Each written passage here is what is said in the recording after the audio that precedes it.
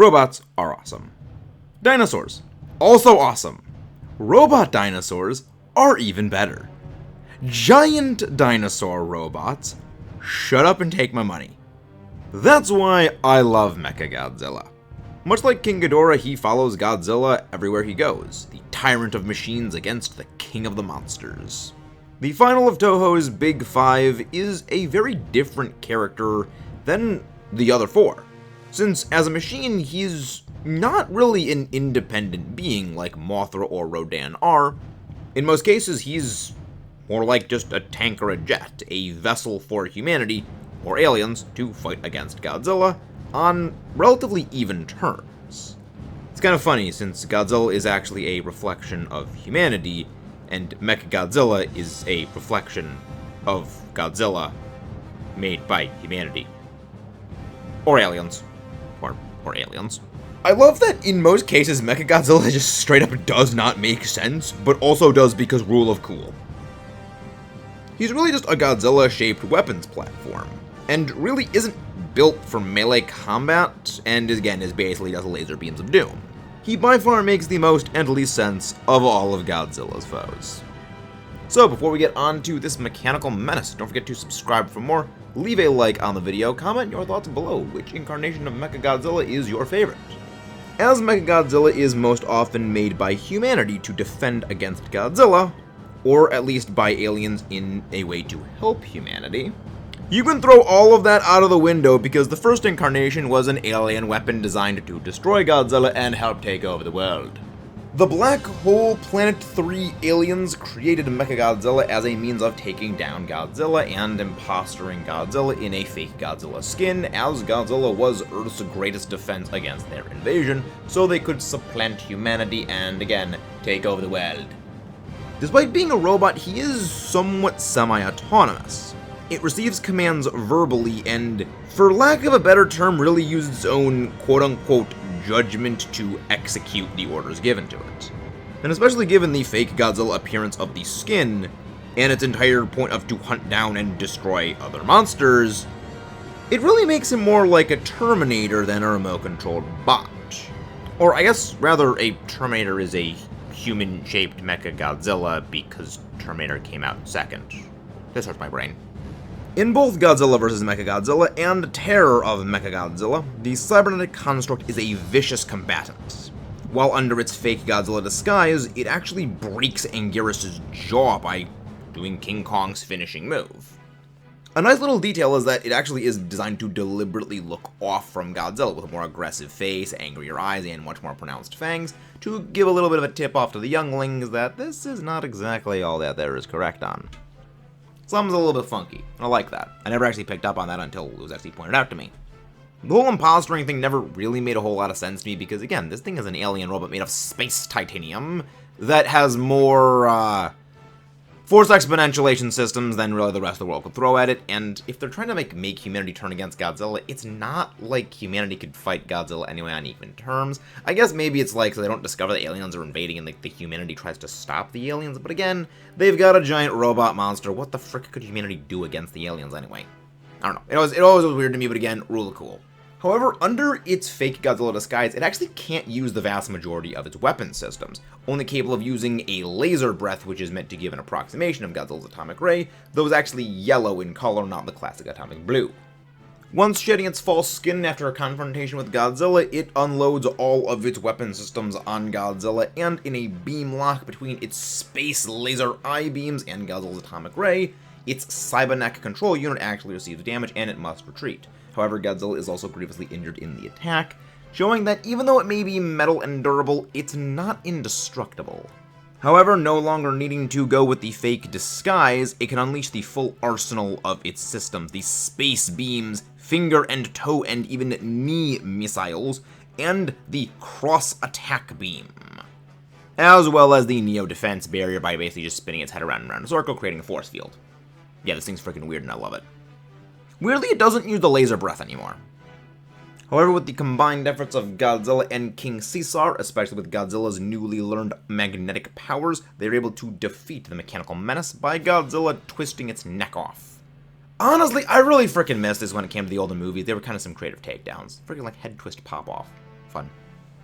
By the time of Terror of MechaGodzilla, the Black Hole Planet 3 aliens had actually recovered and begun repairing MechaGodzilla, oddly calling it MechaGodzilla 2.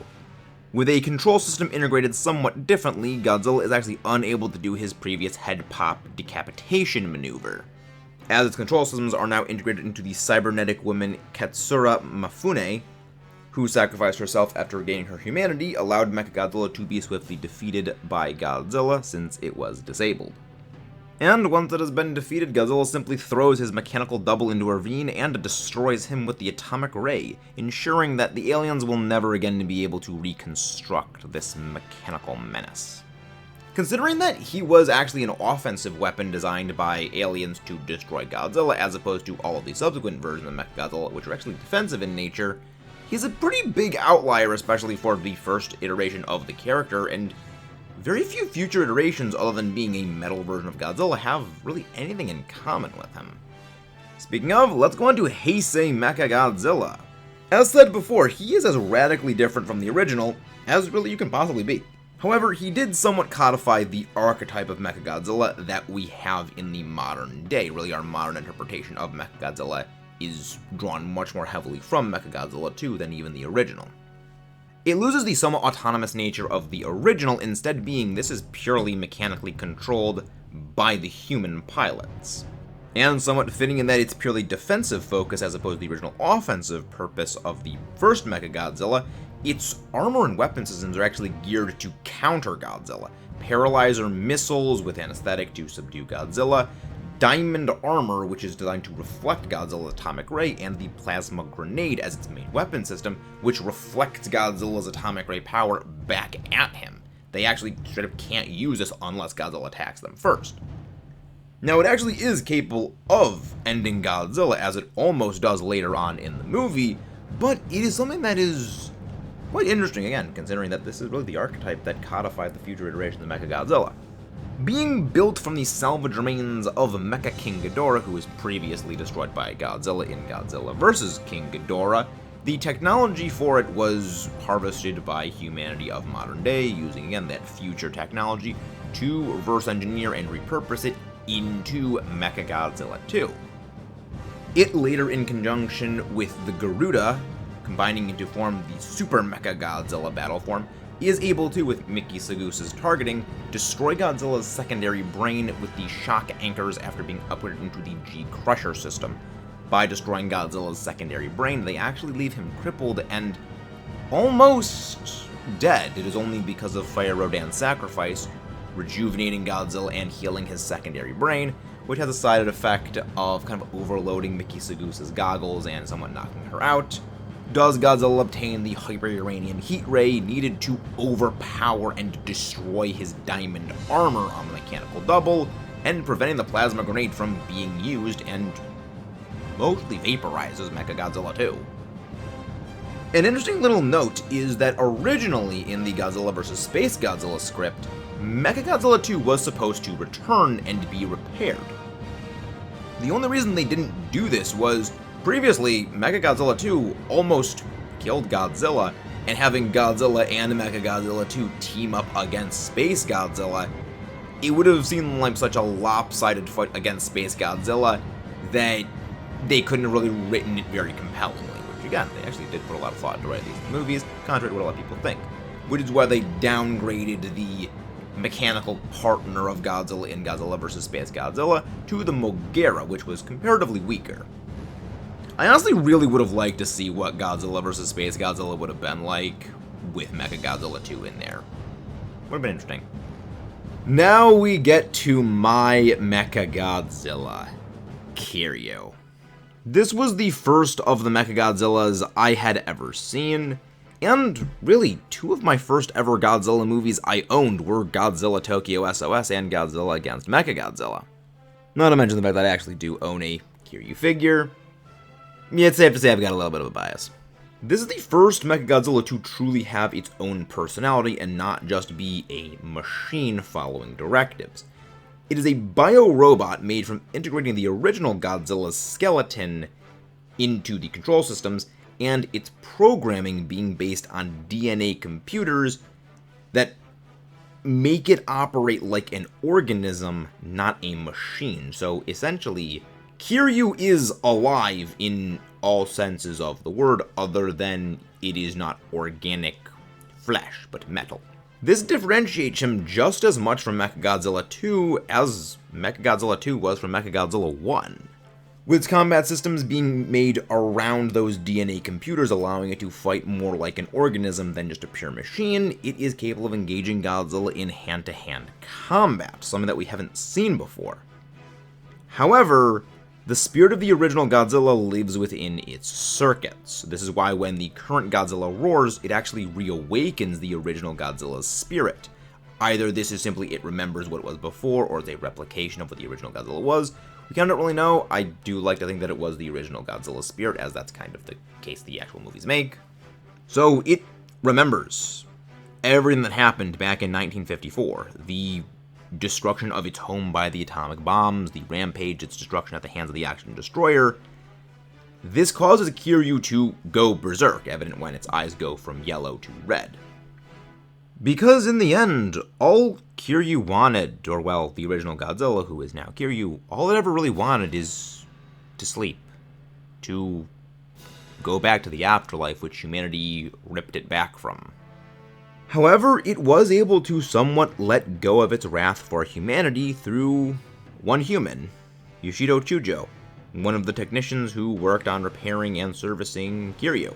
Kiryu was able to better understand humanity through him and realize that we aren't so different from one another. He was able to override his combat programming against Godzilla and took the current Godzilla out to sea rather than kill it. And as he was flying, it rotated itself so that Yoshido could actually escape being trapped inside one of the little pocket tunnels inside of Kiryu after he finished repairing him, and gave him a sayonara Yoshito as he left. Kiryu could have turned its weapons back on humanity after it reassumed control. However, it didn't. It just wanted to go back to sleep. God, I freaking love Tokyo SOS so much. Like, after someone told me that it's basically Godzilla versus Mothra, again, except Kiryu was the one in the egg instead of the Mothras, like, I hated that someone told me that, but it's like, I still really, really like the movie. Maybe it's because I watched that movie so freaking much when I was younger. I like it. Kiryu might be my MechaGodzilla, but MonsterVerse is really up there. I really love this thing. I know he's a fairly divisive one, especially since he's actually based on King Ghidorah, not actually Godzilla in the series. He takes elements from all three of the previous versions of MechaGodzilla, being an antagonist, much like the original, being a human-created system designed to defend against Godzilla by humanity like the prior two, and taking the bio-robot angle from Kiryu specifically by integrating King Ghidorah's skull into the system itself, leaving it susceptible to MechaGodzilla being taken over by Kevin's spirit, as is the head that Godzilla ripped off in King of the Monsters, which was Kevin. A little detail about it I specifically love is that Ghidorah's consciousness was always alive inside of the skull, even after all the flesh had gone away. And that Ren Serizawa, who already didn't really like Godzilla because his father spent more time studying Godzilla than raising him, which, yeah, could do a little bit of a deep dive on Ren Serizawa. I actually really do like the guy, wish we kind of got more out of him. But Ghidorah's consciousness basically twisted his already hateful mind toward Godzilla into something much more twisted, much more cruel, and much more sadistic. Which is why the consciousness, for lack of a better term, of MonsterVerse MechaGodzilla, once the synthetic inner Earth energy is used to power it, is a combination of the programming subroutines that are built into it by Apex Cybernetics, Ren's, well, hate for Godzilla, and really, Kevin is in the driver's seat mostly. Again, it's a really cool take on MechaGodzilla, and I get why people don't like it. You know, I get that a lot of people don't like that it is based on King Ghidorah. You can't really separate MonsterVerse MechaGodzilla from King Ghidorah, and people would like them to be two separate entities, but I think it makes sense in the concept of the MonsterVerse. I liked it. Again, it could be because I do really like Kiryu a lot, and this was a dark and twisted version of Kiryu. You know, whereas all previous MechaGodzillas are a reflection of Godzilla, this one is specifically a dark and cracked reflection of Godzilla.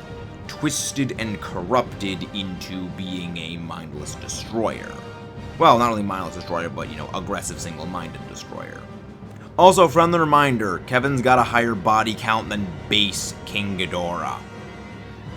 Just want to put that out there. That is cursed knowledge, that if I have to know that, you all will as well. I actually do really like this one because it kind of furthers that no matter what we do, Godzilla always wins. We can't defeat him. And that MechaGodzilla is nothing more than a pale imitation of the true King of the Monsters himself.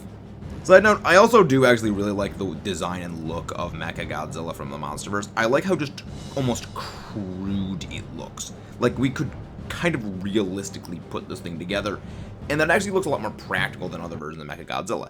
I really didn't like the hands at first. They were just these big giant freaking clamps.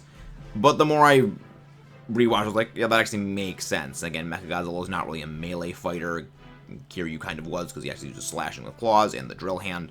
But this one it's a grappler. He's there to grab Godzilla and slam him into things, and yeah, no, this actually makes a lot of sense, and I do like that. I do really like the design because it also is a reflection of Monsterverse MechaGodzilla, not only the classic MechaGodzilla look, and again, design systems actually make a lot more sense, and some people might think that's a little bit boring, heavy, more practical design of MechaGodzilla in a very fantastic series like Godzilla, but I think it adds a little bit more to all the little designs where you see the functionality of everything. Like this one doesn't have teeth because its mouth, they're grinders. They're not, teeth because it doesn't need to eat things. They're grinders for just cutting into things. Its hands, they're giant buzzsaw clamp things. The giant drill tails. Like, I really like this thing's look. And again, I know not everyone likes it. And yeah, probably if I wasn't as big a fan of Kiryu, I probably wouldn't like it as well.